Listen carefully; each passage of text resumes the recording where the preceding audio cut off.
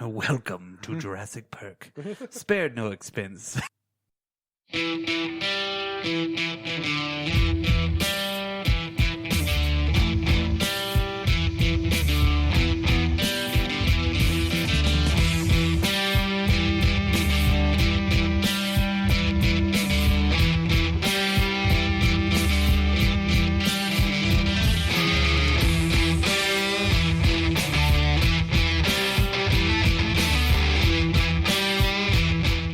This week on the Drop Culture Podcast, we really didn't have a topic up until the night before we recorded this episode, which I think we actually did, on the fly come up with something pretty decent. Yeah. We generally do the top 5 episodes of like movies, different genres, and now comic books. And this one is another special one too, because really, again, if you've listened to the show, you know that we have read a lot of comic books, and there's a lot of comic book folklore in our lives.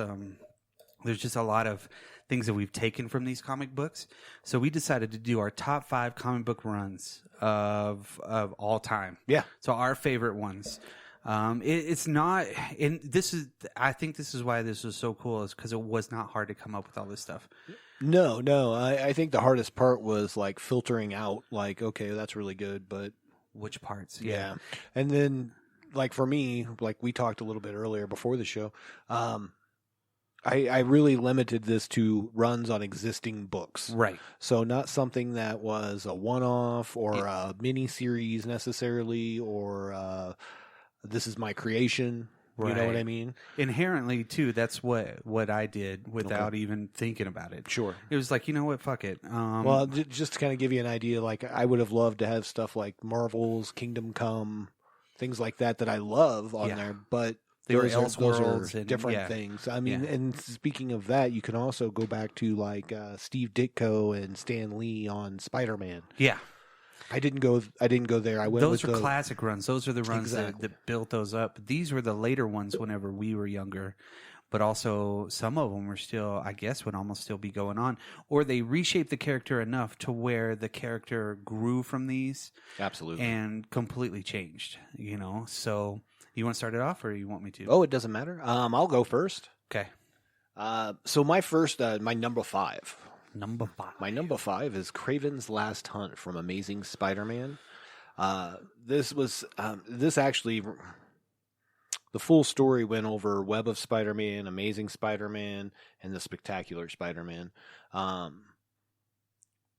This is what I think is really cool about those runs back in the day is they spanned all the different Spider-Man books, and you had Spectacular, Amazing, and Spider-Man, and fucking Web of. Sure. You had all those different books to go from, and they were all kind of different. They were the same timeline, but yet Spider-Man was fucking bigger than anything. Oh, Still absolutely. is, absolutely. In the zeitgeist, I would say that's the Marvel character that stands out the most. Yeah.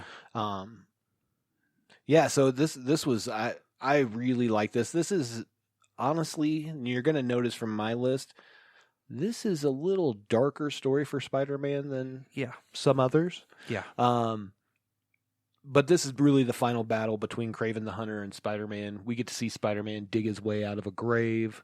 Like and he's wearing the black and white suit at the time before it became Venom or any of that. Symbiote. Yeah. Well, I mean, it was, I guess, always a symbiote, but he wasn't there yet.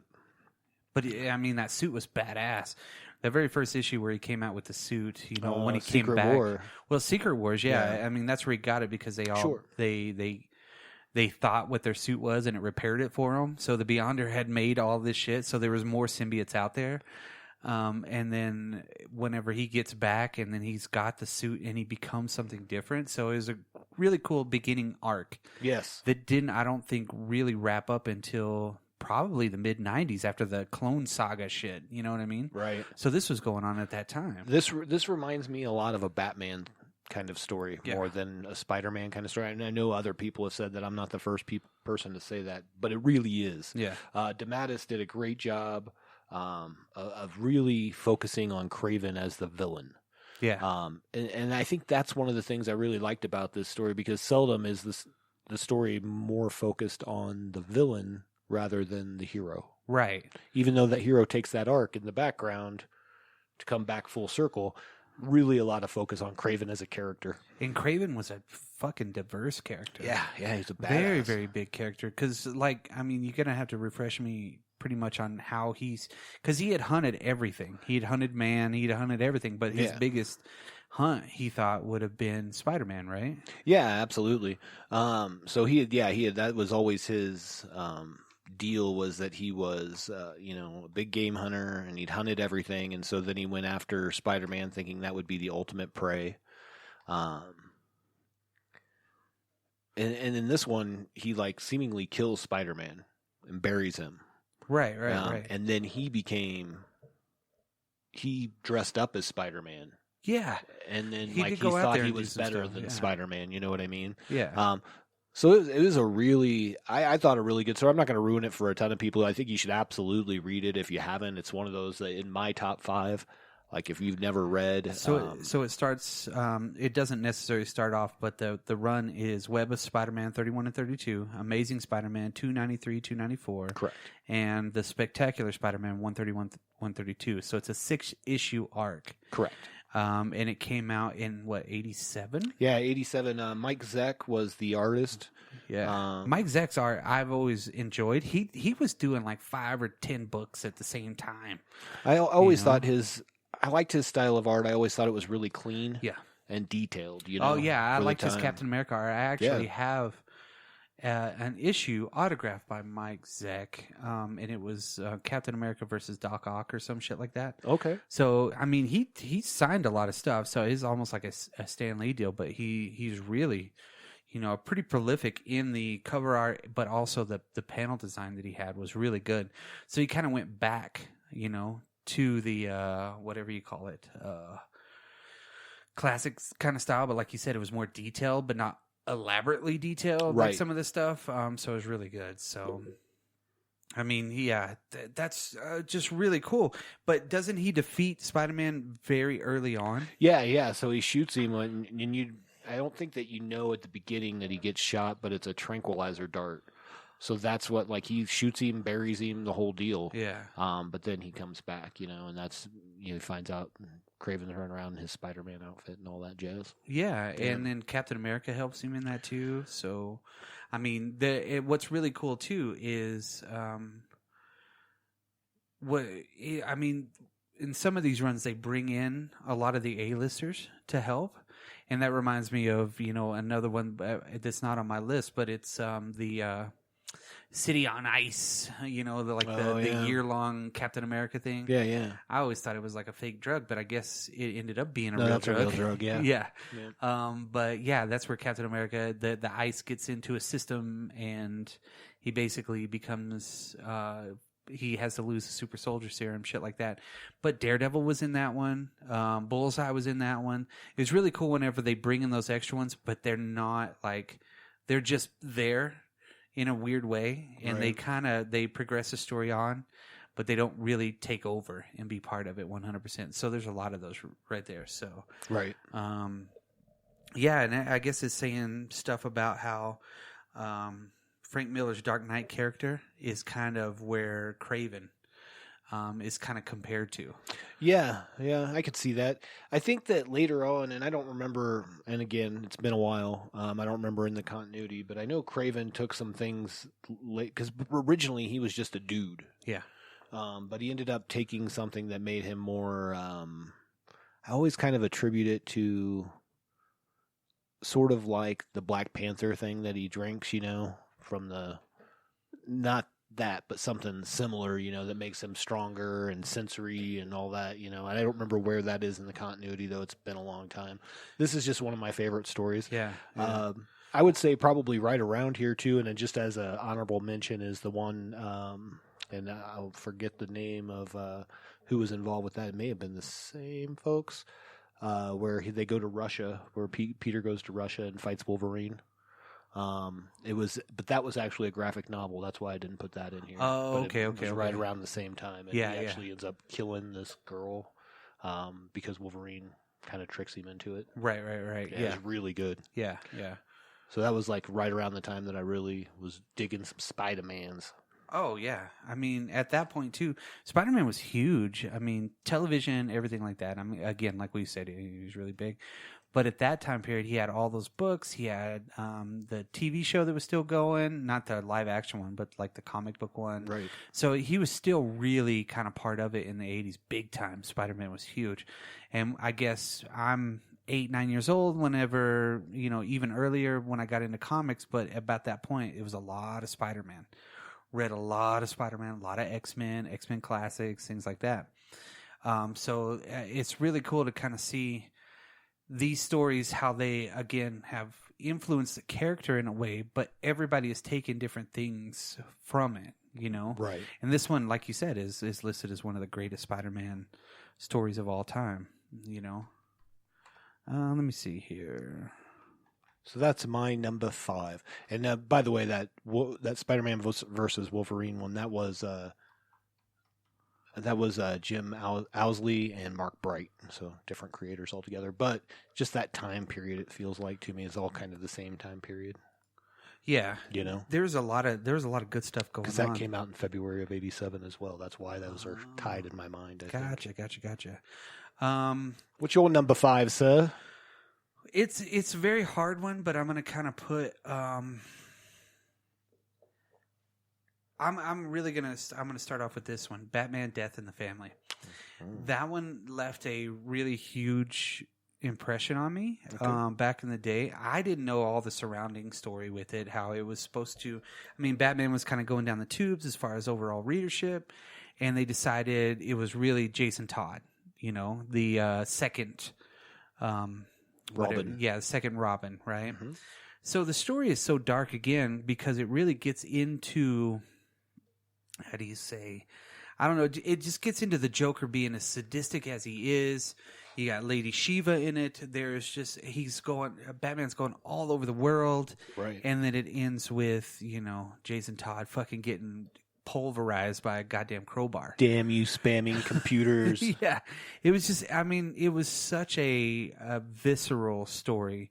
And the imagery in it, I remember later on, I think it was maybe 10 years ago, I had to seek out that original graphic novel again. Nice. And when I got it, I was like, it still smelled old. There's something about the comic book smell, too. If you have these issues and you open them up and it's just the ink with the newsprint, something creates that smell that you're just like...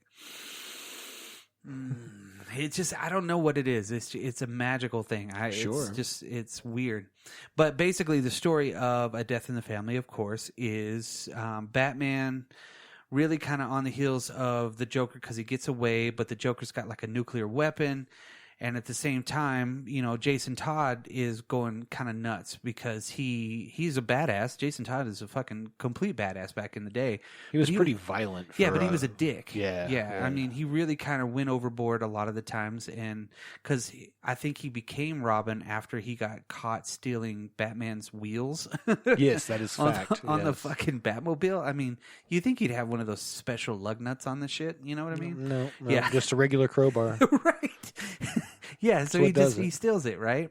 But at the very, very end of it, before the last issue was actually published, they did the 900 number, right? To where you could call in and you could kill Jason Todd or keep Jason Todd. Right. And it was a very slim margin. It was like... But then they come to find out some guy had been pinging it with a computer to call over and over and over again to kill Jason Todd. So but it leaves it grounds the character again because I mean Batman is all about he becomes Batman because of the death of his parents. And now he has, a Robin that he took on as a ward for it that was an orphan. Wasn't that always weird that his ward was on the TV show was named Burt Ward in real life? That's weird. Anyways. Burt Ward, Batman's Ward. Huh. Dick Sargent. Anyway, sorry. Yeah, exactly. Dick Sargent. Sergeant York. Anyways. But I really, that was one of the things that when I was younger, because it did come out in 88, right? Yeah, like so right around there. I think I had the graphic novel originally when it came out, just because it was a collected work and it was relatively cheap. I think it was like $10 or $15 or something like that. So it wasn't bad to buy, right. Especially when I'm young. So I might have gotten in like 89, 90 or something like that after it came out. Graphic novels were starting to really become a thing at that point too. Sure. Because Well, DC was a little quicker on the graphic novel thing than Marvel was. yeah, because they had a lot of properties in the 80s that were really fucking taking off, really doing a great deal. And one of my other ones will kind of lead to that. Sure. But if you haven't ever read it, I'm not really necessarily going to give it away. You've seen the movie, you've seen everything, and I thought that was really great about the Red Hood movie. Oh, Under the Red Hood? Yeah, that they had the fucking that first part, you know? Absolutely. I will say that at the time, like I honestly didn't care. I'm a Dick Grayson stan. Of course. He's my favorite. Yeah. I know a lot of people are like Tim Drake guys, but I actually think that this led to Jason Todd becoming a much better character, even though, you know, it was kind of in the like it was known. There's things you don't do, like you can't bring Captain Marvel back. The original Captain Marvel, he died of cancer. Oh, yep. You don't bring Jason Todd back; he's dead. Yeah. Same would go with Bucky Barnes. Bucky Barnes, yeah. And that'll lead into one of my favorites here in just a minute. Yeah. But Red Hood was a great character, a great mysterious kind of antagonist for a while. That reveal was amazing, and then it just led to more great stories. You know, yeah. And I think the people that have taken this, because this is a definitive story in Batman's history, besides the breaking of the bat and things like that in the 80s that happened. 90s. Yeah, was that the 90s? Yeah. I still got that issue too. It's a pretty good one. But it's just that grounding that they were doing at the time with a lot of the darkness, and they were really getting into the more of the story aspect of the comics right before the art aspect of comics kind of took off, you know, and that was in the early 90s. Yeah, and I would say took off again. Yes. Yeah. It got to where it was like, oh my God. I mean, you were looking at these things and they were masterpieces because these people had grown up with these. So the story was really mesmerizing as far as like all the stories that were coming out, but the art was matching it. Then you add in this fantastic art and the stories weren't really doing it, but until they coalesced after the bottom dropped out of the comic industry, and now we got where we're at right now, kind of with both. Absolutely. And obviously in the 90s when we went through a time where a bunch of the artists were like, you know what, Later. fuck you. Yeah, I'm not getting paid. And really, you know what's funny about that is all they really wanted was something for when they put their image out on a T-shirt or a lunchbox that they got a little residual. When there's nothing And what happened is they said no. So we had Todd McFarlane, Rob Liefeld, Will Portacio, you know, ton of people, Eric Larson, all those people take off and make their own company. And they did. Yeah. Image Comics. Yeah. You know, and Image is still around. Yep. You know, it's still great. Todd McFarlane had that idea. Just let's go. And that was shortly after all of these stories right here. Right. Absolutely. My honorable mention at the same time, the one, because this was another one, and if you don't mind me, kind of putting this, putting this out there, was Wolverine's Claremont and Miller run. Okay. Was this? It was like their first series, like after the limited edition series. Yeah. Okay. Yeah, where he actually goes to Japan and everything like that. Mm-hmm. I fucking love this run too. This was another one. A lot of Silver Samurai. That's where he got married. We had the Masamune. Yep. Yeah. There was just a lot of really cool stuff. No, it's actually Wolverine 1-4, but it's Uncanny X-Men 172 and 173. Yeah. But that run right there was just one of the I don't know. It's fucking cool as shit, you know, and it came along at about the same time, and this was a very, very impressionable thing. But I just love the cover art. Frank Miller has always been around on that shit, you know. It was just, I don't know, it's just really, really fucking cool.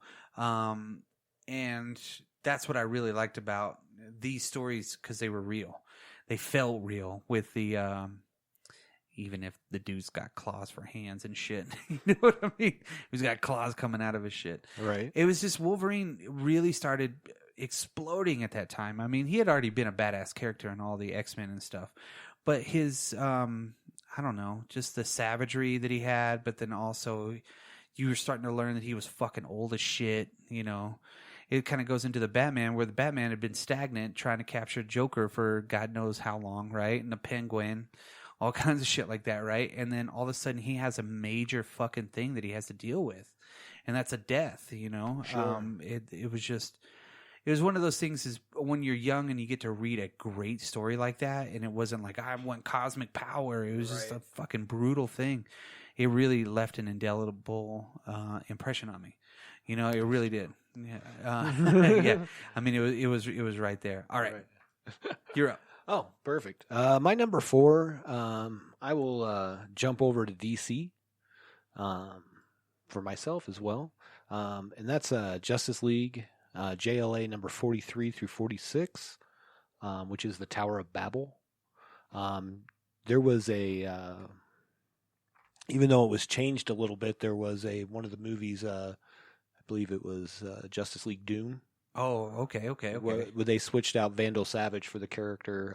In the original comic, it was Ra's al Ghul. Oh. So basically what he does is he, and I'll just give you kind of the glimpse over. One of the reasons I like this is because we find out just how badass Batman is in this one. So basically Ra's al Ghul steals the bodies of the Waynes, of his parents. Yeah. And basically has him going on, he's just going after it, trying to, get all that taken care of. But while that's going on, he had stolen Batman's plans to take out the Justice League if they ever turned. Right.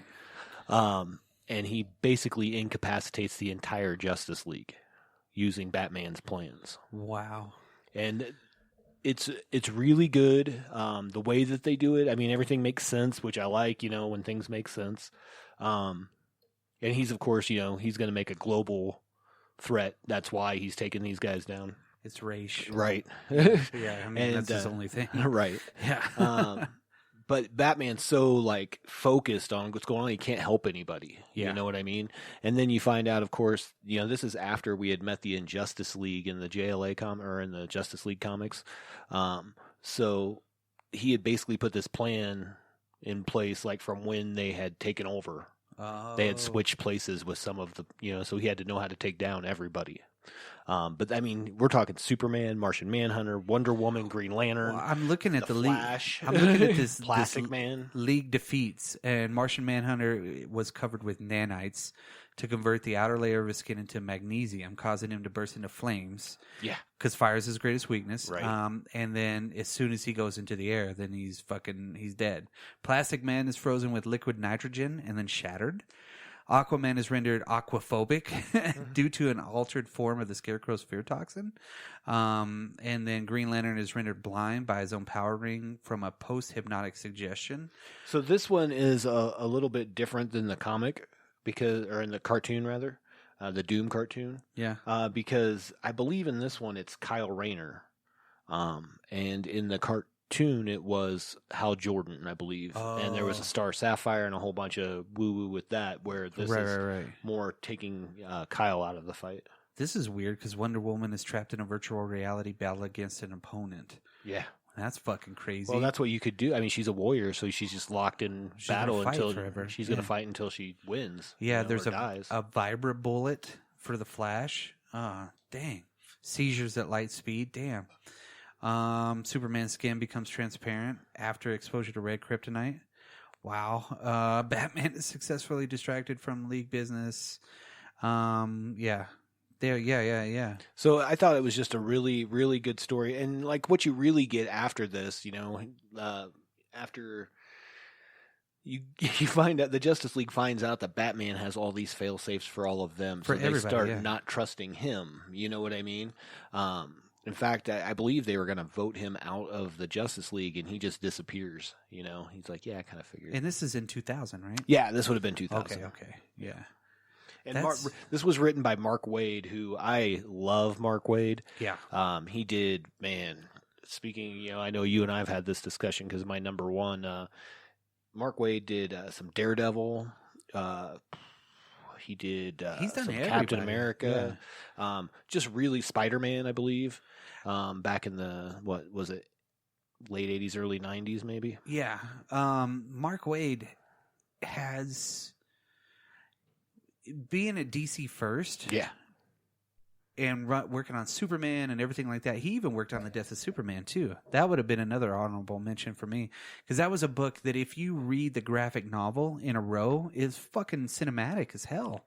It's a great fucking book to read, and the artists are killer. The action is right on. It was an excellent.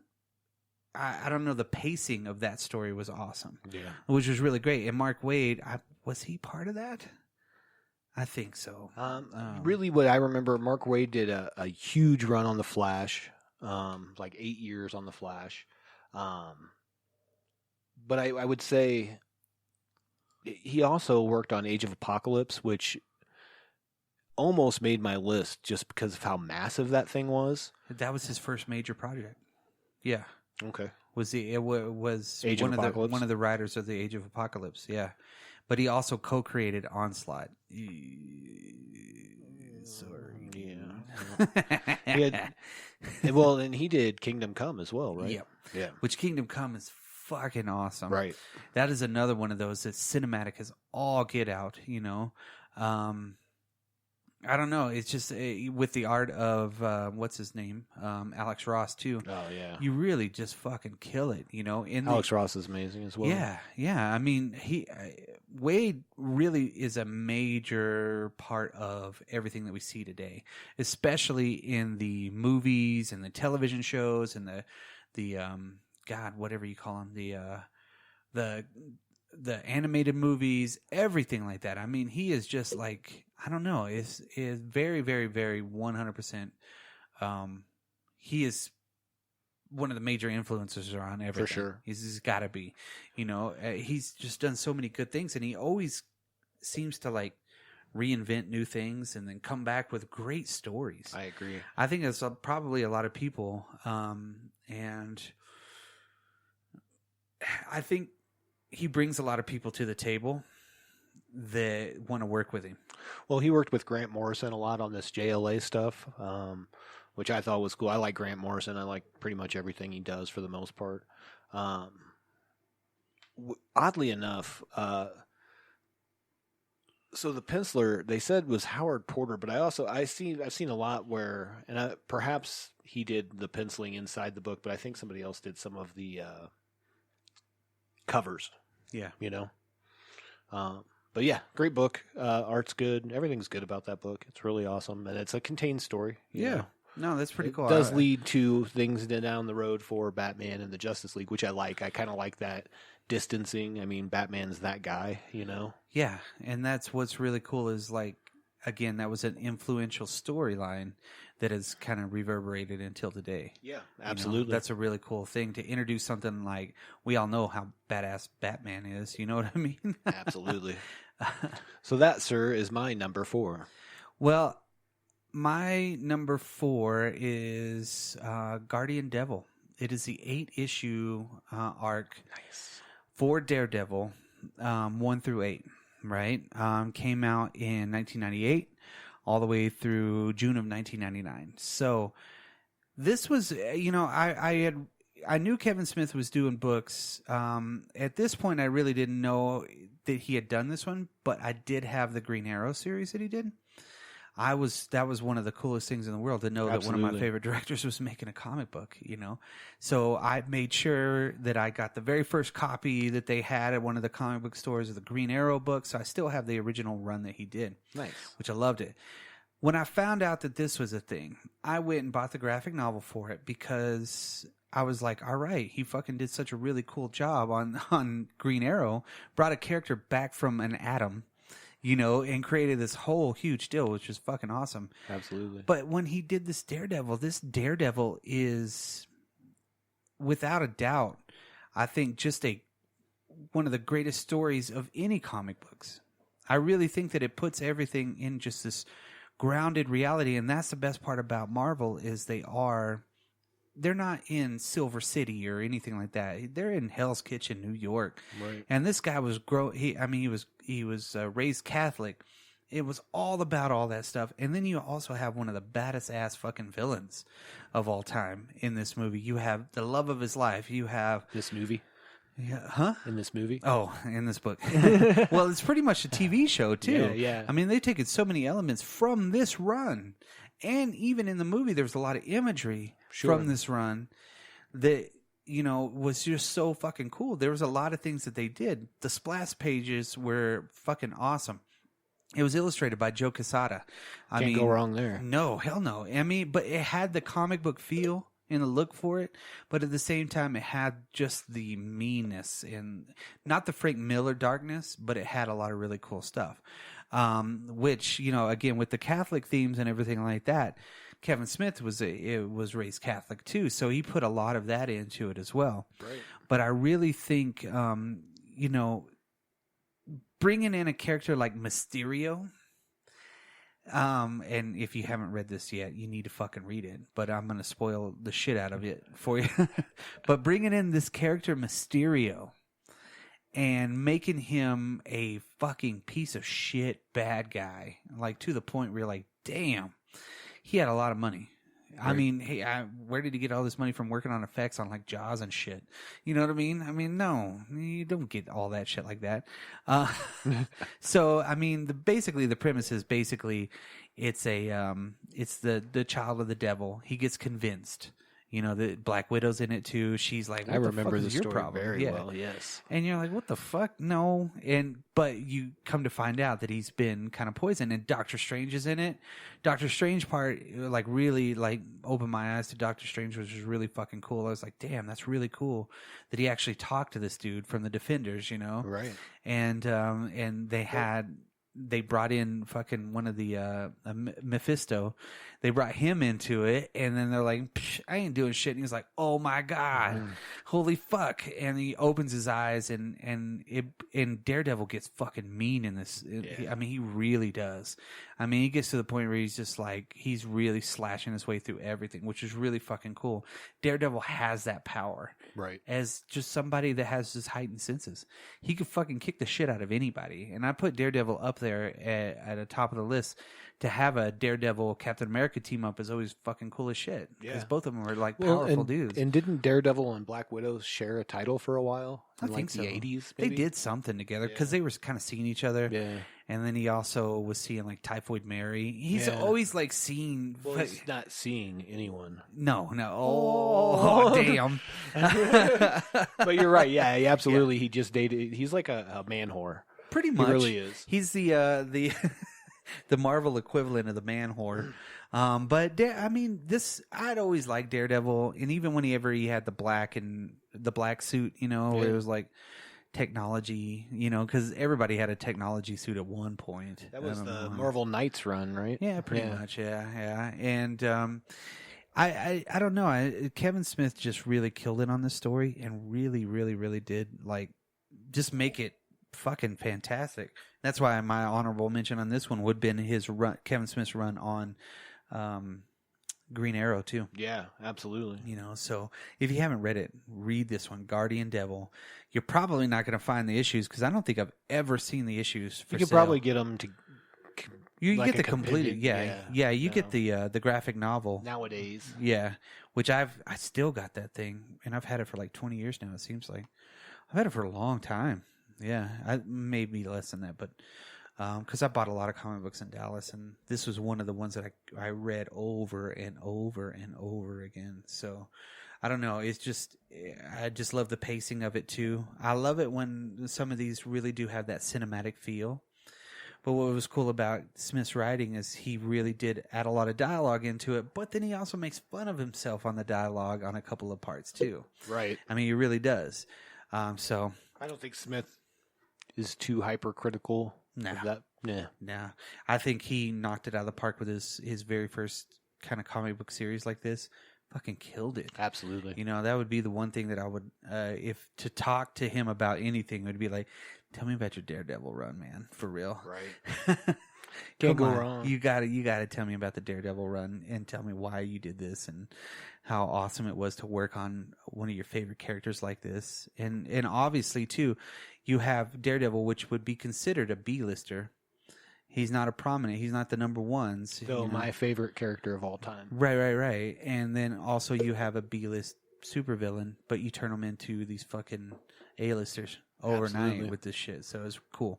All right, cool. So we'll speak some more about Daredevil because there is a run that is my number one. Cool. But yeah, so on to number 3, I guess.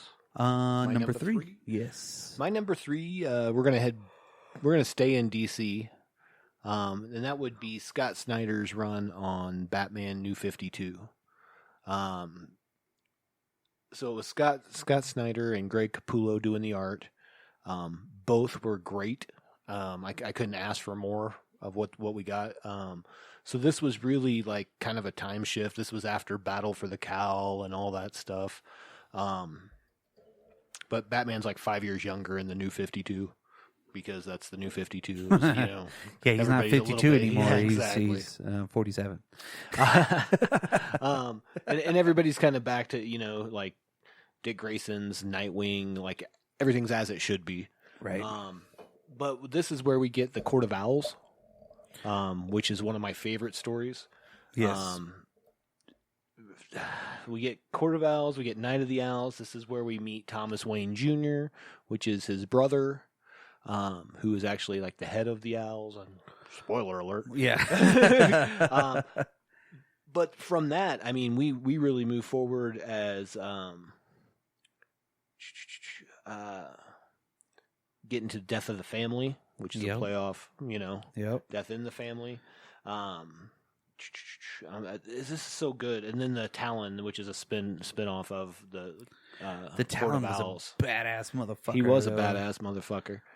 But there were so many of them, weren't there? There were. Yeah, there there were more than one, right? And I just really, I liked the tone of these. Yeah. I liked that they were kind of dark, which, you know, it's a Batman story. Well, Yeah. But the art and the storytelling both were amazing. Yeah. And that's one of those things where, like, you don't always get that, you know, as you were saying earlier. It's either, especially in the 90s, like we talked about, it was like either the story was really good or the art was really good. Seldom did you get both together. Yeah. So, yeah, I don't really have a lot to say about this. I mean, Scott Snyder, Greg Capullo, both awesome. Great stories. And obviously, you know, they've made a lot of this into like the animated movies and stuff. Oh, like yeah. that, See, and that's another thing with like the Death in the Family and the Court of Owls things. When it comes to Batman now, they're almost, how do you say, not mired, but they're marked by some of these stories. Right. Big time. Just like every Captain America story has to do with some sort of loss of Bucky, or almost, you know, there was a lot of them that didn't, but there was always that edge that he had at the very beginning of Captain America's run that was nothing but, oh, I'm fucking freaked out because Bucky's gone. You know what I mean? It was just like that was a major theme. But that was his major theme to carry on with him until the 80s. Yeah, I think one of the things I like about this too is there's a lot of the Bat family involved. Yeah. And I kind of like that. I like all those characters. You know, like I said before, I'm a Dick Grayson guy. Like Nightwing was one of my favorite characters, period, in the DC universe. But I have respect for Tim Drake. I like where Jason Todd's character has come after this. You know what I mean? Right. So it's pretty cool. Yeah. I mean, Jason Todd's even character Damian now. Wayne, Yeah. who took a while to grow on me but he was a pretentious shithead because he should have been a pretentious shithead. He was raised as an assassin to be the head of the assassins eventually. You know what I mean? So he's a badass. Yeah, he's a badass and he's 12, you know? Yeah, and in the animated series, he's really kind of taken over in those. Well, and he grows up, you know, throughout the books. I think he's starting to really come into his own. But yeah. At any rate, And that's one of the newer characters, just like Jason Todd being brought back. absolutely. You created these newer kind of characters, which were really fucking great. You know, you built upon what was already there, and I think that's a very big sign of awesome writers is whenever they take something that's already there and expand it to the point where you're like, holy shit. Exactly. I can't believe this fucking happened. I can't believe they really brought this in. You can see it coming a lot of the times, and you're like, I think this is what this is. But then all of a sudden it's like, I can't even believe that that's really real. Right. And you know, it's weird because none of this New 52 thing is really canon anymore because that world ceased to exist or whatever, you know, like when everybody did all their things with Rebirth. Yeah. And Tom King's Rebirth is pretty good. I don't like his writing as much. Like his ideas are good. Yeah. But like when characters talk to each other, Tom King cannot write dialogue. See, that's a problem for me. I think that's a very big part of a lot of these stories too, is the character development and the character dialogue in these are really good, or lack thereof on some of them. You know, so you get to really kind of feel more of the I don't know, you get to feel more of the character. You get to feel be that more of that fly on the wall on some of those instances. Right. So, yeah, that's a pretty good one right there. Yeah, so I enjoyed that one. And there's a few Batman stories throughout history I would like talk about their writers and artists, but this is the one that stood out to me. Right. You want me to go next? That's how it's been working. Who's so, next? You across the table. Yeah. Oh, hey, it's me. It's my turn. So, you know, I had left comic books for quite a while, and it was mainly my high school years. About 4 or 5 years there, I didn't really buy any comic books, and then I went and bought one, and it was the Captain America comic book that Captain America disappeared. Oh, okay. And that was what got me kind of. I went to this old newsstand because I used to go to this newsstand when I was a kid, really young, and I was 17, 18 at the time, and the newsstand was still open, and it was a really cool store. You know, it was just like you would go get your newspapers, and this is one of those things that we grew up with these things being there, you know. And I can remember going in there being really young, buying comic books, and they had the comic book racks, and everything was cool, right? That magazines at the ass, all the papers from around the world, all kinds of shit, right? Right. And whenever I was, you know, just graduated high school and everything like that, I was like, I'm going to go down to the Friendly News, you know? So I went down there. They even remembered me from growing up, you know, which was weird. I'm like, yeah, I used to come in here when I was a kid. And they're like, yeah, we know. I was like, holy shit. You know, that's fucking crazy with all the people. There's 200,000 people in that town, or close to. So, but I just remember going to that place, and I bought this Captain America where he pretty much disappears, but he has an Iron Man suit. Fucking weird.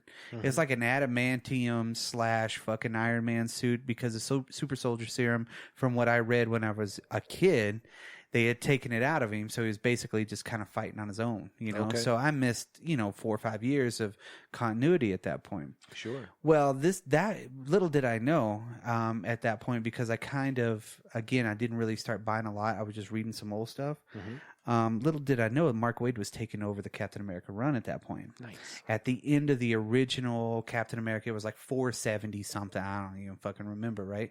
So it was up there, right? Right. And basically what had happened, and this one's called Captain America, A Man Without a Country. The Red Skull had trapped him in an alternate kind of weird deal, like had the cube or some shit like that. The cosmic cube. Yeah, and trapped him in a block of ice again.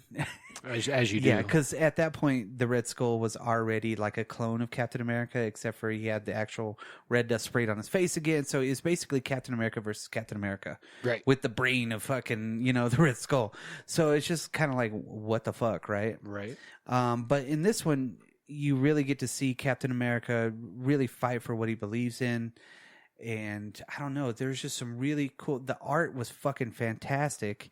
And he actually, he flies to Latveria at one point and gets a replica fucking suit, you know, to fight the Skull. And the Skull's very prominent in these, because the Skull had already died 2 times before that. The very first comic book that I ever remember buying, that my dad was like, hey, you should try Captain America. I read it. It was Return to Skull House. So it was after the Skull had died for the 8th time anyway. And and he had to go there for something, you know. And of course. Yeah, well, I don't fucking remember. But I just remember that one being one of the first ones that I remember, you know, the most, besides all the cartoons and Conan books that I had. But this one just really, it wasn't that long, but it was after all of the bullshit with the Eric Larson stuff and everything like that, the onslaught and blah, blah, blah, blah, blah. But then they were bringing it back, and the story was so fucking great.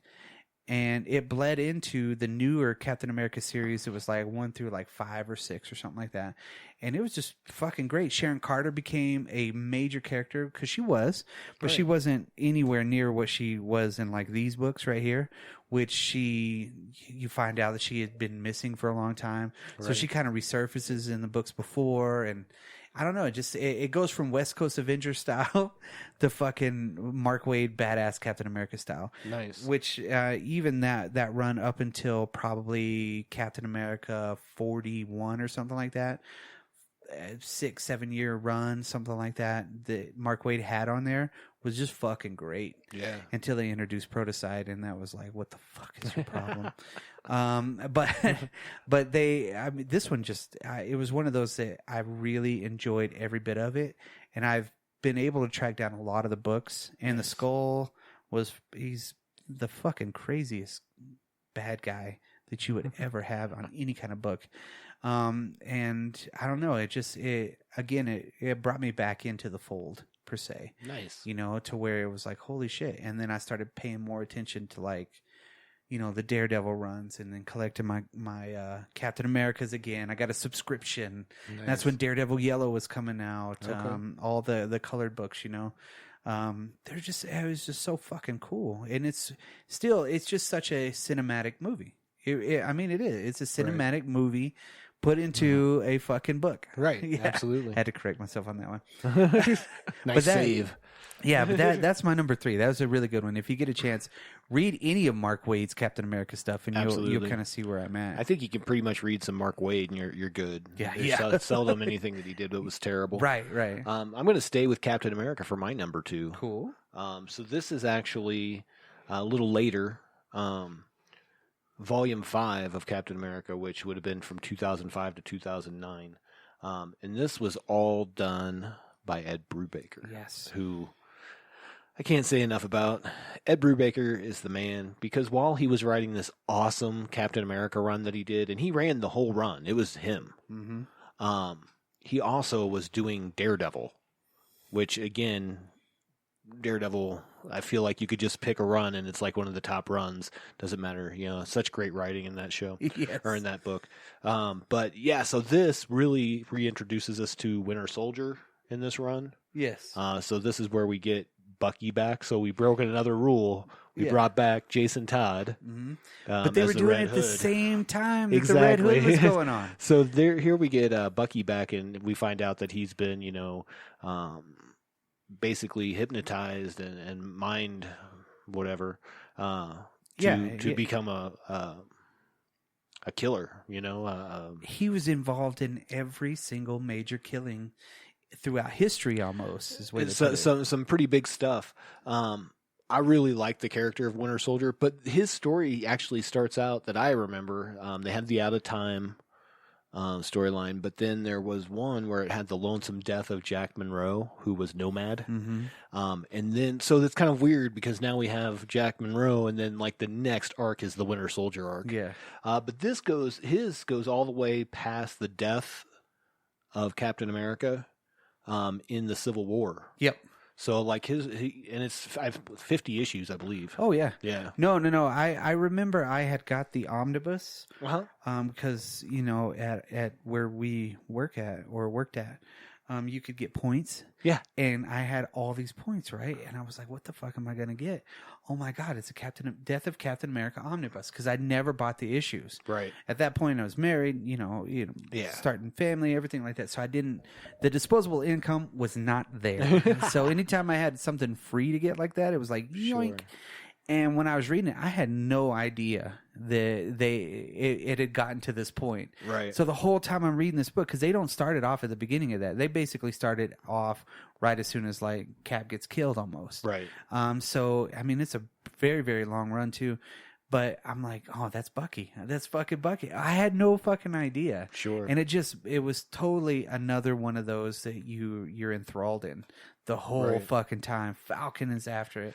I mean, just whenever Cap gets killed, everything like that. So it's a huge run, Right. for all of that stuff that they were doing. A lot of different artists that were involved: Steve Epting, Michael Lark, Lee Weeks. Jackson Guice, Moore, Mike Perkins. I don't remember everybody, but that's a lot of them. But Ed Brubaker's probably one of my favorite writers for comics. Like I said, he did Daredevil at the same time he was putting this out, and they were both great. Yeah. I kind of like the Captain America one a little more because we got to see the Winter Soldier come back You and then deal reinvented with him. the death of Captain America. Yeah. And then even I think after that, we get the part where Bucky becomes Captain America for a little bit. Yep. So all of that's really good. Brubaker, again, like Books of Doom, he wrote that. Just amazing stuff, man. He really, really digs into, like you were saying before, you know what? This was already here. Let me just shine a light on it. Yeah. Let's expand what made him work. Yeah, let's explore this little niche. Because what made Captain America work was the loss. Right. You know, and it made him never compromise and never be anything else except for a man at a time. You know, Right. even though he'd been in the regular time longer than he was gone. Right. Except for like in some of the newer Except for stuff. not really. Yeah. So like every new run that Captain America would have would be interesting until that right there. And I always regretted I'm like, son of a bitch. I really wish I would have been reading at that time. Right. It would have just been so fucking great. You know, because there was a great run. I mean, the Winter Soldier to bring back Bucky Barnes, the most touted, oh, I'm sorry, you're dead character ever in the history of comic books. What made Captain America almost form the Avengers, everything like that. What made Well, Captain America didn't form the no. Avengers, but okay. I mean, but you know what I'm I just mean. giving you hell. Yeah, I know. But I mean, it's just like I'm with you. Everything, because the first word that Captain America says when he gets woke up in issue number 4 of the Avengers is fucking Bucky. Yeah. Look out. You know, I mean, I was like, holy shit. Right. I mean, they kept that going the entire time, which that Brubaker run was just it changed comic books. I think that one and the Jason Todd one, I think both of those at that time, because it was 2005, I think. Yeah, that changed everything. Yeah. It made these characters bigger, and then you got the whole Civil War going on. You had because they were pretty much pinning most of that on the Winter Soldier too, so it's kind of like it was blended in a lot, you know. Right. So no, it was a great run. Yeah, for sure. Yeah. My next one, which is this number 2? Yes. Yes. Number 2. Number 2. Who does number 2 work for? Is I'm putting Marvel Presents Weapon X. The Weapon X story, without really giving you background or anything. I remember when this was coming out and everybody was saying, oh, we finally get to find out where Wolverine comes from. Because again, not true, but yeah. No, yeah. And this came out in 91. Yeah, I remember this. I remember this because I collected this comic. Yeah, me too. I went and got it every time it came out. Every time it came out. Yeah. What was really the crazy part about it, it was done in the Marvel Comics Presents, so there was 3 other stories. Or at least 2, yeah. And it was so fast. Because that was really taking up a good portion of the book, so you would flip the book over upside down and it would read back the other way, right? Some of them Pretty would. sure some of them at would, that time that's what was going on. Yeah, there's some of them that did it, but most of them were kind of normal for it, and they had like Taskmaster Master was on a couple of them, and Great Firestorm, and I'm glad we're finally going to get to see Taskmaster in the MCU. I hope they do a good job with him. Hope so, yeah, because he's a badass. He is. He'll learn everything. But this run showed me more of the narrative of comic books as being a legitimate medium. Right. Legitimate medium. Barry Windsor Smith had already been attached to a lot of different things at that point too. I mean, I think he helped get another comic. He did a lot of the Magnus Robot Fighter stuff. Mm-hmm. I mean, he was really, a very important part of my comic book life. You know, this one just really we look forward to it. I remember looking forward to this shit, and it was a bi-monthly book too. Yep, pretty sure. And just seeing the cover art and seeing the picture of Wolverine with the Weapon X headgear on and the weird shit, and then you would get 5 pages in and you're done. You're like, son of a bitch.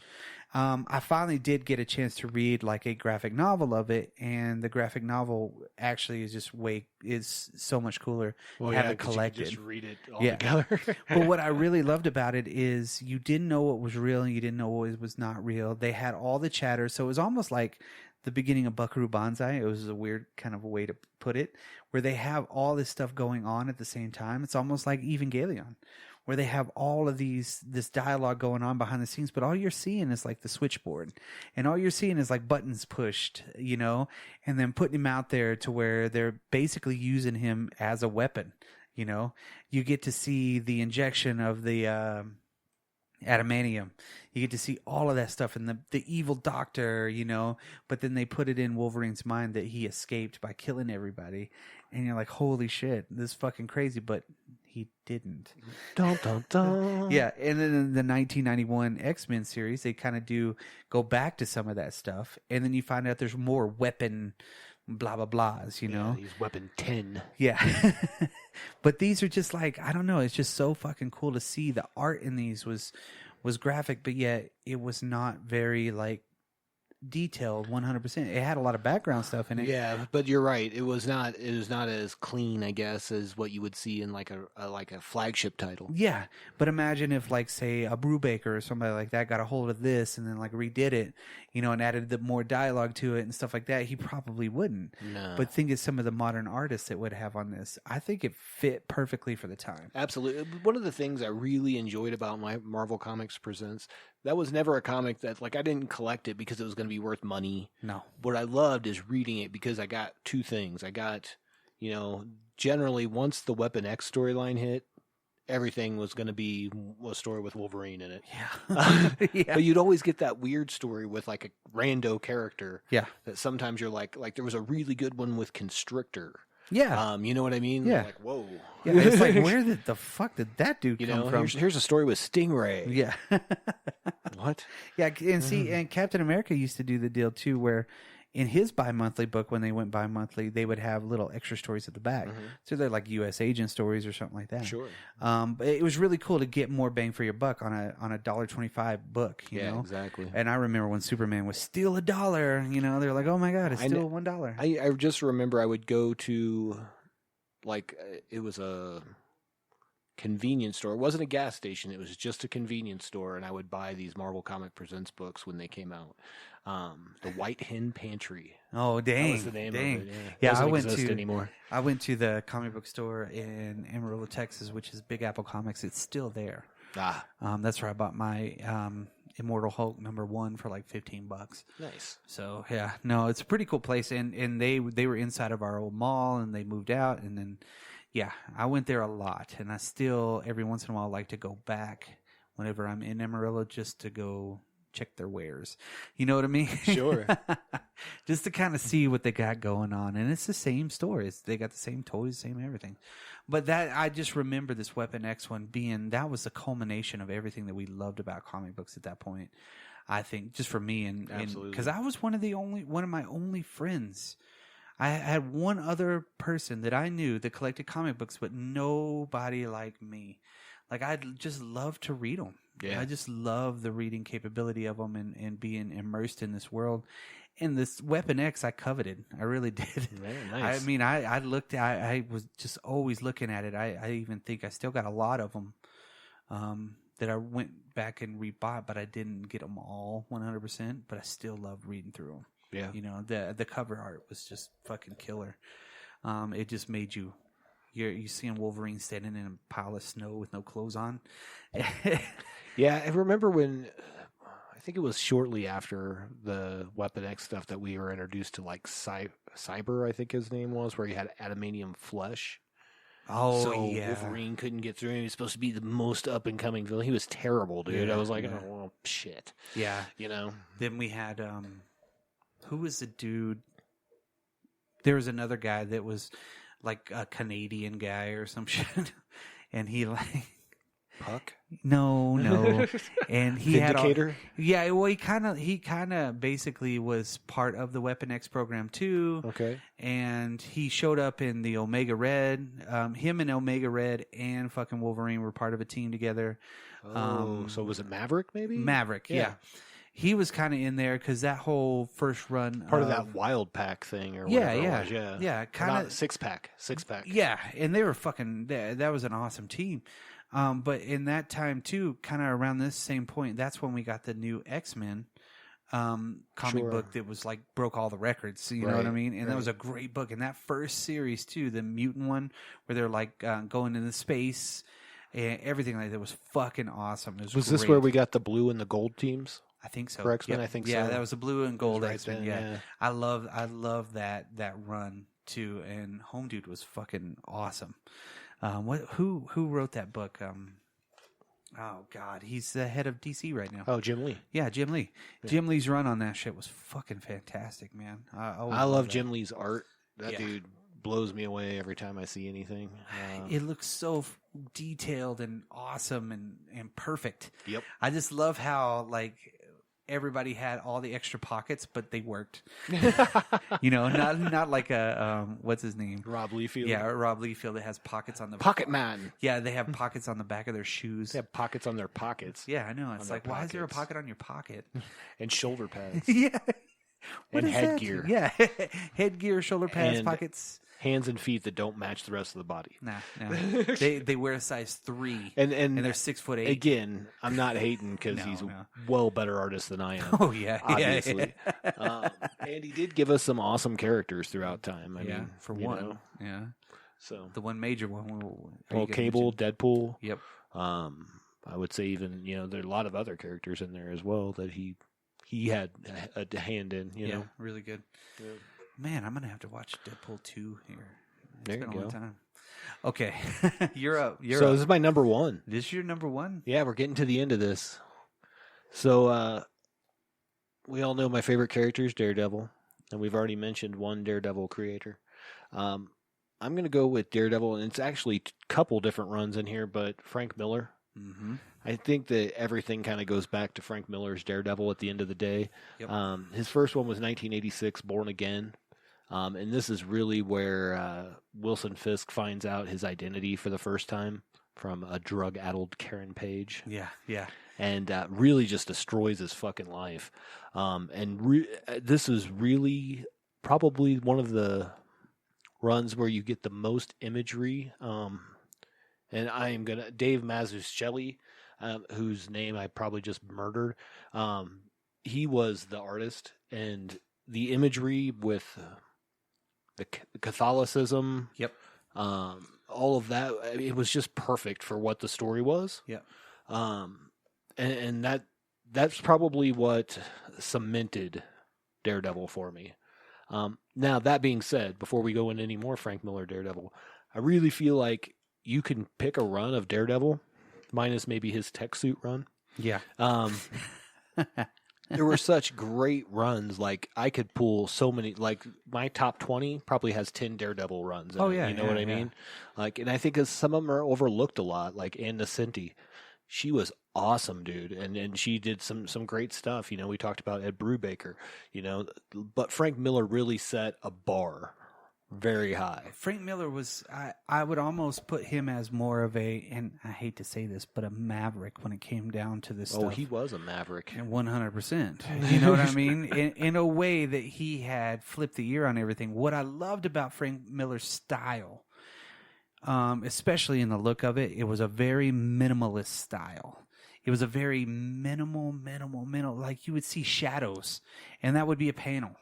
You know, whenever he did The Dark Knight Returns, that's an honorable mention for me. It was just... Sure. Had that been in continuity on a run, that would probably definitely make my list as well. Oh, yeah. No. As a standalone story by itself, it is an amazing book. Even though it is not that long. You know? No. I love the cartoon that they did, The Dark Knight Returns. I love that Robin was a little girl. There's just so many fucking things about Frank Miller that really changed the way that people saw them and was like, oh, well, now we can make Ninja Turtles. You know what I mean? So, Right. I mean, and his Daredevil run, his fights with Stick, you know, So, yeah, let's get into that a little bit because that's really Daredevil Man Without Fear, yeah. which came out about... So the Born Again came out in 1986. Okay. I believe Daredevil the Man Without Fear came out in 93. So about 7 years later. But it really told the story, that backstory that we never got. Yep. Right? Like of him training, like under Stick. Well, this is how this what was the run where he loses all of his shit? That's Born Again. Yeah. The 1986. That's where Wilson Fisk basically crushes him. Well, he basically loses all of his power and everything like that, or he has to rely on new things. That's where he goes and talks to Stick again, right? Okay, so no, I think you're talking about Daredevil, the Man Without Fear. Yeah. That's where he like loses his senses and he has to train, and that's whenever Wilson's like wife gets crushed underneath a giant building or some shit like that. Yeah. She lives in this with the sewer mutants, and I mean that whole run, because that's the one that's the beginning of the Elektra run. I believe so. Yeah, where you learn that Elektra Nachios was like, where was she? She was in the same college with him or something. Yeah, she was in college with him. They dated in college. Yeah, just for that like 3 minutes. But yeah, no. The idea that a supervillain was smart enough to destroy a character from the inside out, you know, or the outside in, pretty much. You know, and completely ruin everything in his life, and to take away his law firm that he had worked for so hard, you know, even though it was pro bono and they were working for watermelons and shit. But all the stuff like that just made it all the more like really poignant, you know. So there's some tie-ins here, because in Bullseye killed Elektra in April of '82. That's what I thought. Yeah. That early run. Yeah, that was the early run from Miller. Then, you know, and again, he just off and on Daredevil for a while there, and that's where we got Born Again, and then we got Daredevil, the Man Without Fear, which kind of fleshed out a lot of that history we hadn't seen. That's the run that the whole I thought again that the Daredevil run with Bullseye killing Elektra, I knew that was one of the very first runs that Frank Miller had done on it, right? Mm-hmm. And that's where we had that issue for the longest time. That's fucking badass. Had a couple of them. Yeah. Because I'm a weirdo. But then also, doesn't he throw Home Dude off a building? Yeah, so at one point he actually just drops him. He's like, not this time. You know, because like basically Bullseye's like, you're going to save me, blah, blah, blah. And he's like, no. Nope. And that's took everything from me. Yeah. And that's where Bullseye actually gets the adamantium skeleton. Yes. That we all know. But he's not a healer, though. No. You know, which is kind of weird. So he could be completely fucked up. His bones won't break, though. Yeah, he's just a heavy dude. Makes it hard to travel on airlines. I know, right? I know. But Miller was a perfect fit with Daredevil, I think. He's just got such dark thoughts anyways, you know what I mean? Dark directions. Well, he did the Dark Knight before he did Daredevil, didn't he? I think so. I don't think so. I think that it was in the middle of the Daredevil stuff, because if he was working on it in 81, and he started in 81 on as writer and penciler. Oh, okay. Yeah. So, but like I said, several times he jumped in and out of Daredevil, and it makes sense. And you'll notice this from my list as well. If you like Daredevil, you probably like Batman. Yep. You know what I mean? Same kind of tones, same kind of different, completely different, but similar, I should say. Very similar in the darker tone. Right. Being in the city, being in the kitchen, you know. Exactly. Growing up and by yourself, you know, and not really knowing your parents, and then having to really kind of fight from the ground up.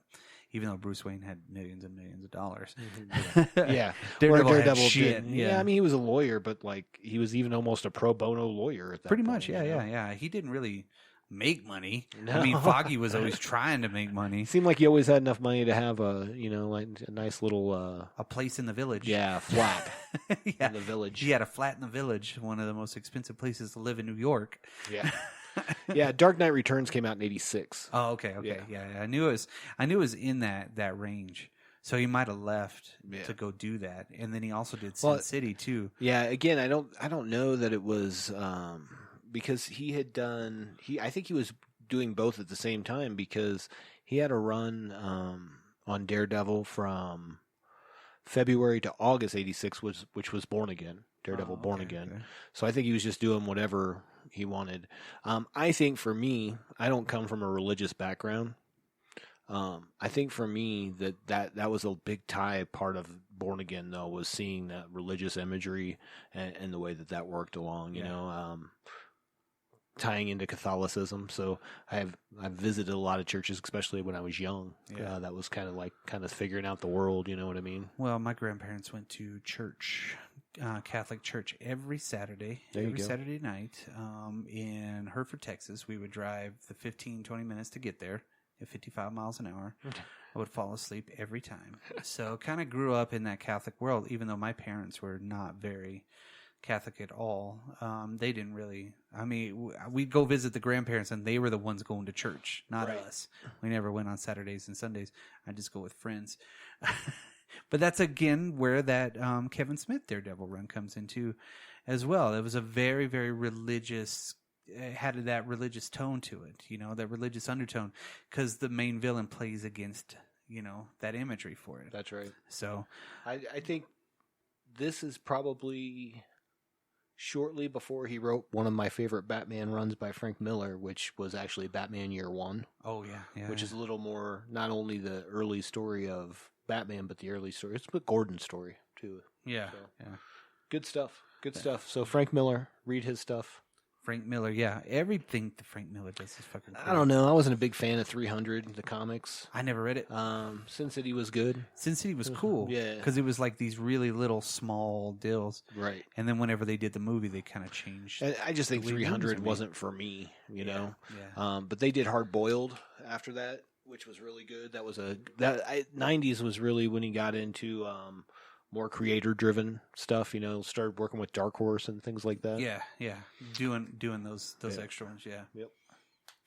All right. There you go. My number one. Your number one, sir.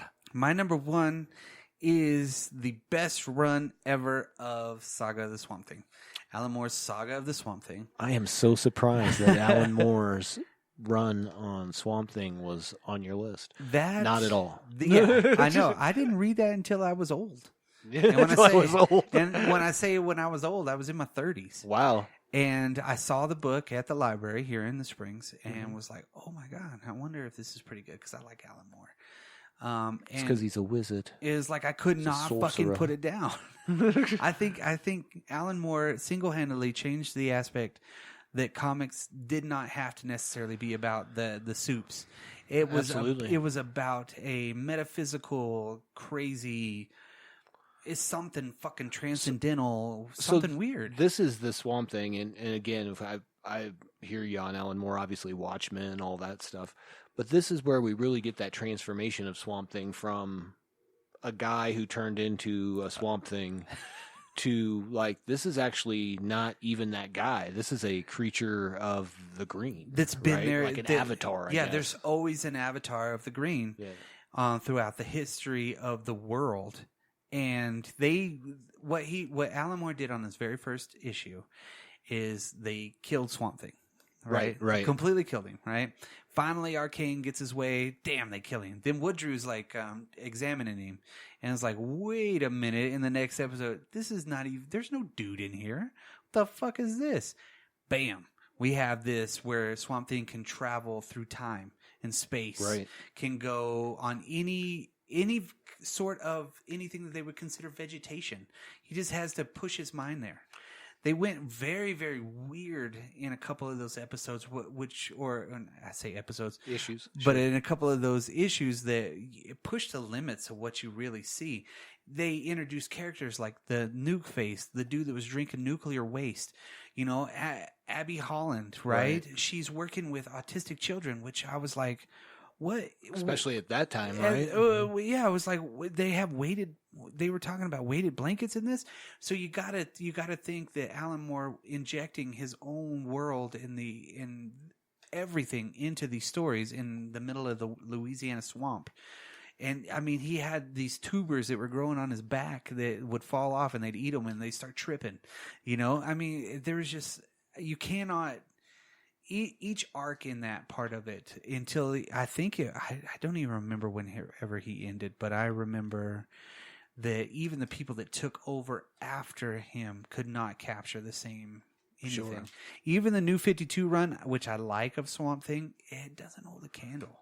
But I think that the biggest thing that I take away from that too is like Alan Moore flipping that whole story on its head and how far reaching, like even now, like the green and the red, Yeah. those are things that still stand up in the storyline. John Those are Constantine. things, Introducing that Justice League Dark. That first. sort of, yeah. Well, they really did. Did they call it Justice League Dark? They didn't. That's what I'm call, saying. Yeah. But you're right. No, you're Yeah. you're 100% right. Because they had everybody that was involved in it. The very first Justice League Dark team up, and then whenever Swamp Thing attacks Gotham, because Abby's there, and he literally like completely covers it up, so they're thinking, oh, it's Poison Ivy, but it's not. Nope. Yeah, it's fucking Swamp Thing. Swamp Thing he pops up in these really weird worlds, and they're like, oh, that dude's weird. He's not speaking English, but yet they show it in these weird dialects, and he's just like, I wonder what the fuck's going on. I'm running. I mean, it's just so many fucking great Well, things. I would say out of this also probably came the Vertigo imprint. Really? Yeah. You know what I mean? Like this is the seed for the Vertigo imprint coming because I know Alan Moore had a lot in shaping that, And here's the thing too: is like comic books were always dark from the very beginning. Sometimes a little darker until that comic book code came out. Until they really got into, how do you say? Whenever like the EC comics, all the horror ones, everything like that, it was already there. Right. When the soups came out and the tights and shit like that happened, that changed it to where it was more digestible in a way. Because before that, like you said, you had the comic book code. This was one of the first books to be after the comic book code to be like, fuck you. Right.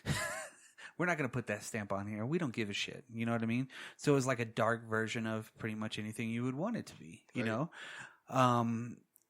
He turned everything on its ear to open it up to these more darker stories again. So you have the Constantine stories. You have Sandman was going at the same time. Neil Gaiman. Yeah, there was all kinds of stuff that was happening. And a lot of the time, too, in this era, there was a lot of, like, say, sword and sorcery. There's the dragons and, crazy shit. Dragons. Like, dragons. Pirate dragons. But, I mean, he coalesced these things into something that was digestible, but at the same time, fucking fantastic. Yeah. I really look forward to the Swamp Thing TV show, and then when it came out and they were adding a lot of things from his run, this is fucking great. And then that was over. And that was. But now we're going to get a Justice League Dark television show, which is going to be produced by Bad Robot on HBO Max. I hope that they bring in Swamp Thing because every time they brought in Swamp Thing, he's only there for like 2 minutes. I think as the character sits, that he's so powerful. You know what I mean? Like in that last animated movie, it's like, let's make sure he's doing something so that we can focus on these other characters actually having to overcome something. Otherwise, Swamp Thing wins. Yeah. Swamp Thing kills everything. He can do everything at the exact same time. Right. Which I do like the New 52 run, which I haven't collected all of them yet. I got a pretty good 20, 25 of them or something like that, which I really like them. But it's not where it really needed to be, like that old stuff. And I still love looking back, and I have a lot of the Alan Moore Saga Swamp Thing comics now because I've just found them. My wife got me like issue 20 something. The very first Alan Moore run, the very first Alan Moore one. Okay. Whenever he died, but the one after that is the one that I really wanted to get to. I really need to get though. But it's just really cool to look back on that stuff and just be so I don't know, bowled over because of that Swamp Thing comic book. I think any time that somebody can take a character and make it something completely different and successful, you know what I mean? It was a transition that people latched onto, and they were like, yes. Yeah, because they didn't add to the lore. They created new lore. They created the lore. Yeah, not like the Death in the Family, not like the JLA, right? Not like anything like that. Everything was already there, but they just expanded it. This one was like, guess what? Everything is brand fucking new. Yeah. We're starting over right now.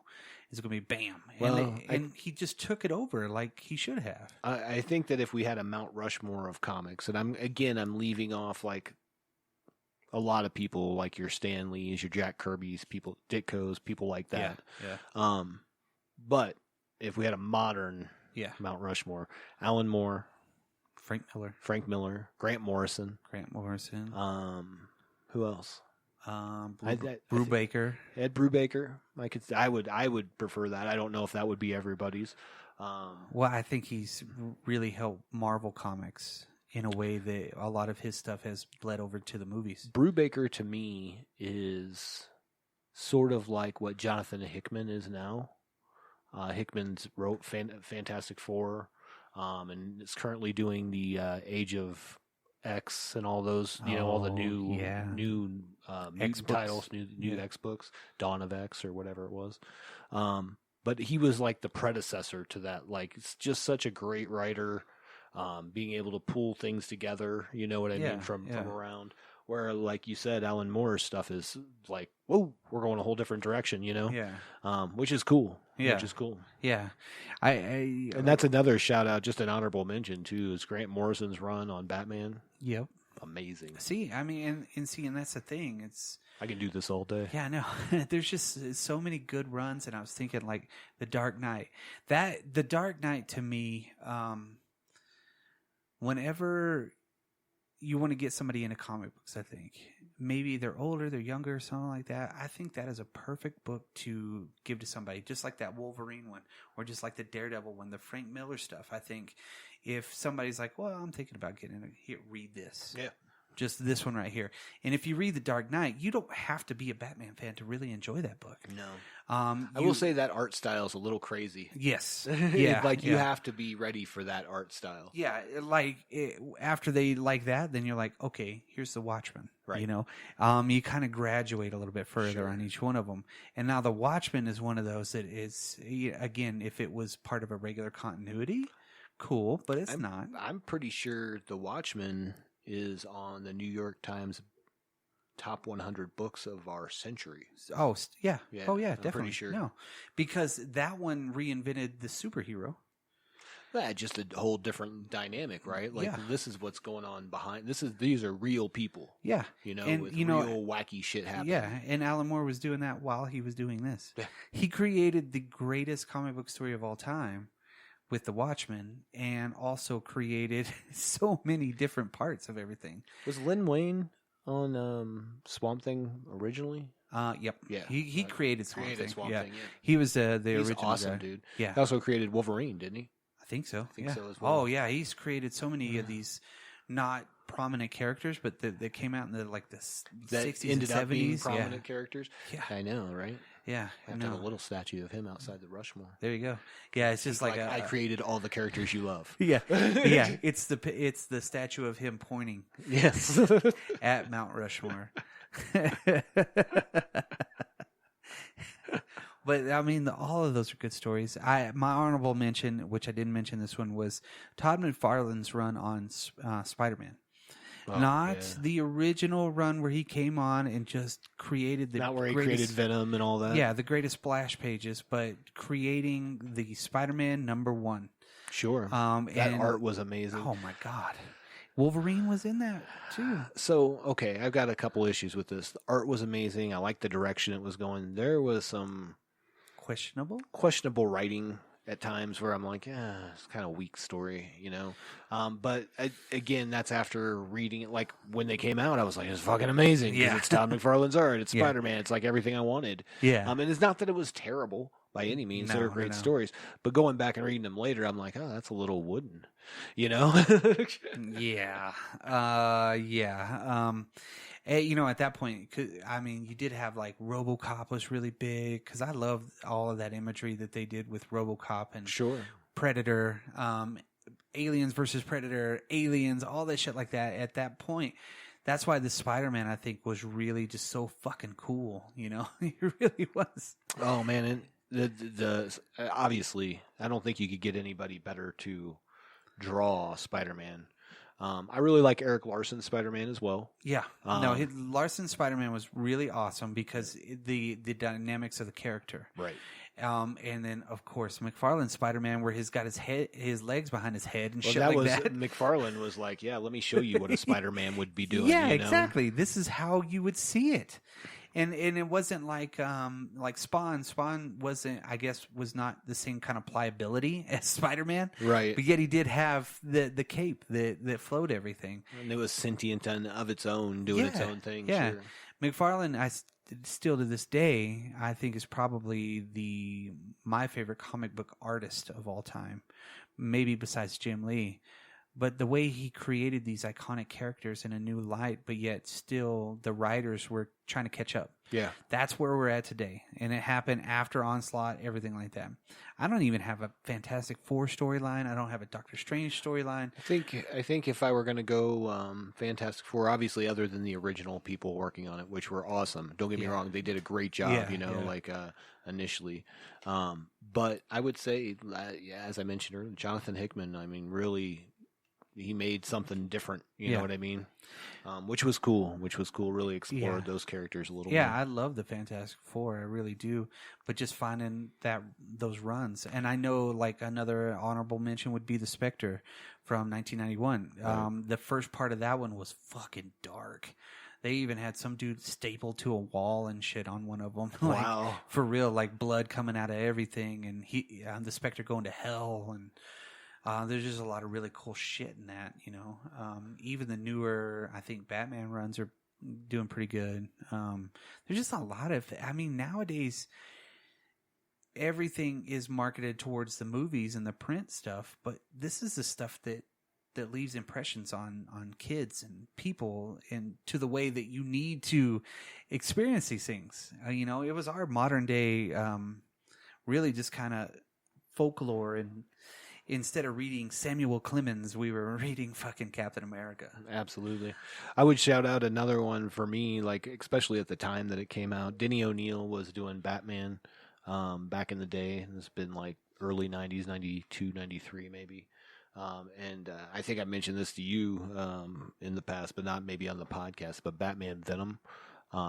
Where he gets addicted to the venom stuff that Bane uses, because he can't save that starts out dark. He's like in the river basically, and he can't save this girl because he's not strong enough to lift this rock, and she dies.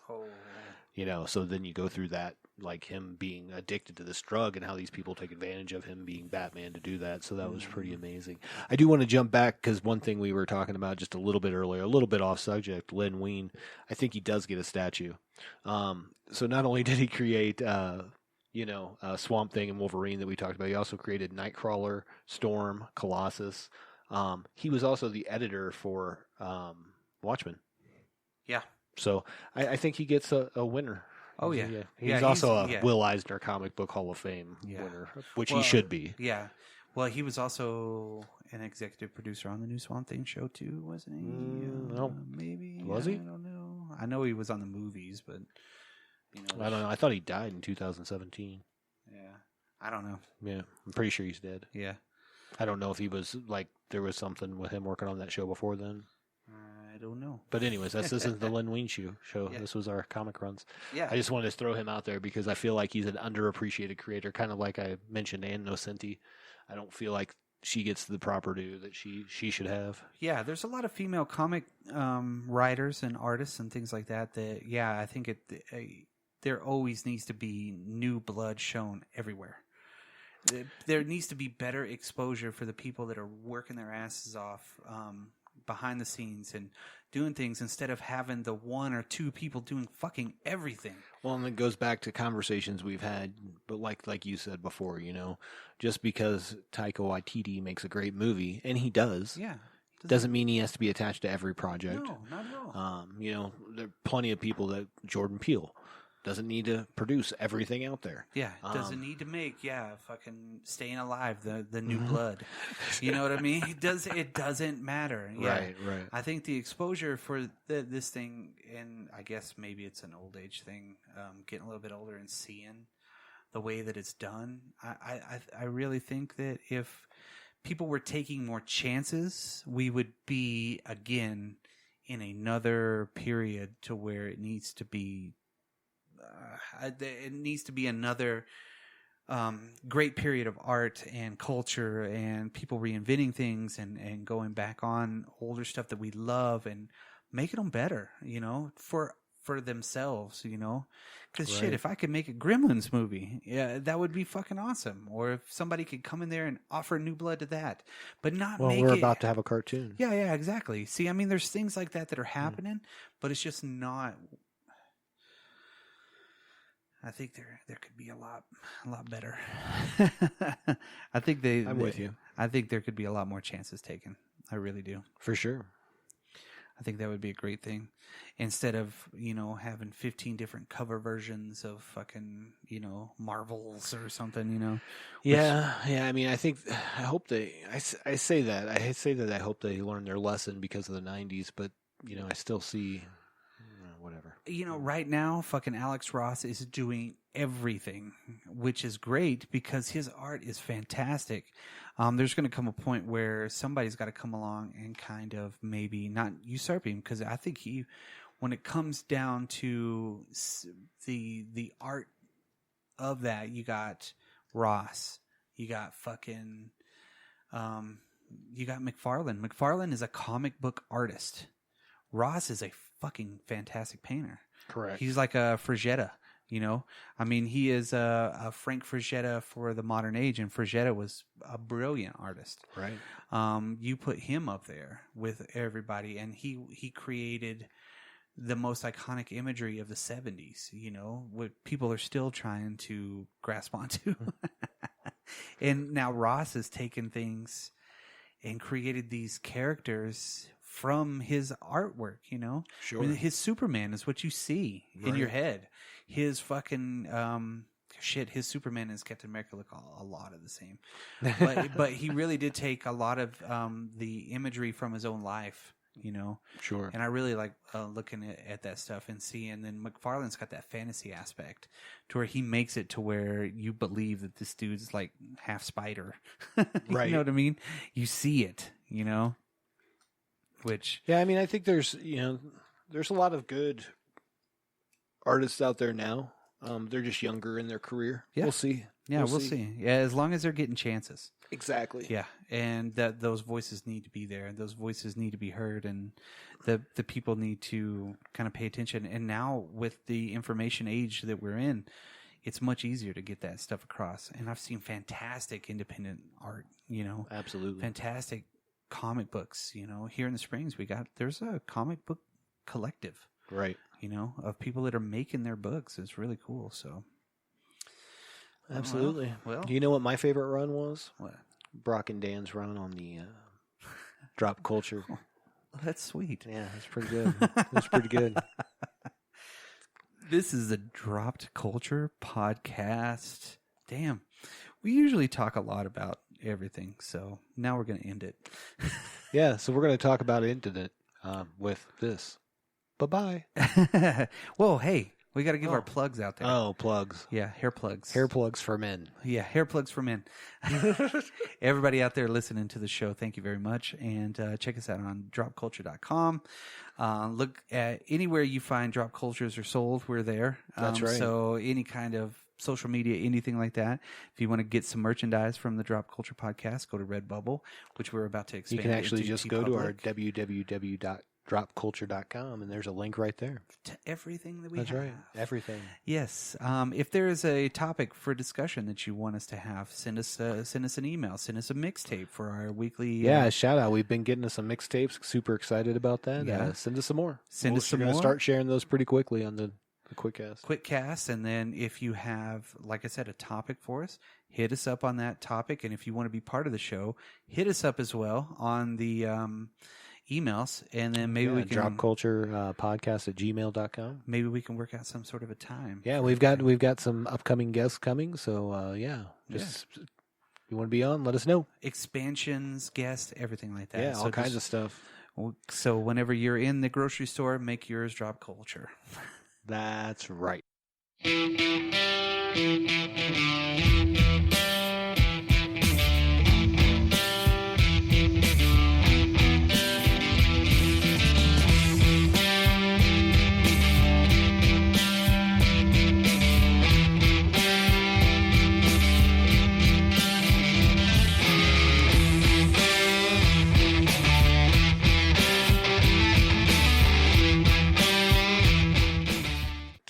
Stitcher.com. Trademarked.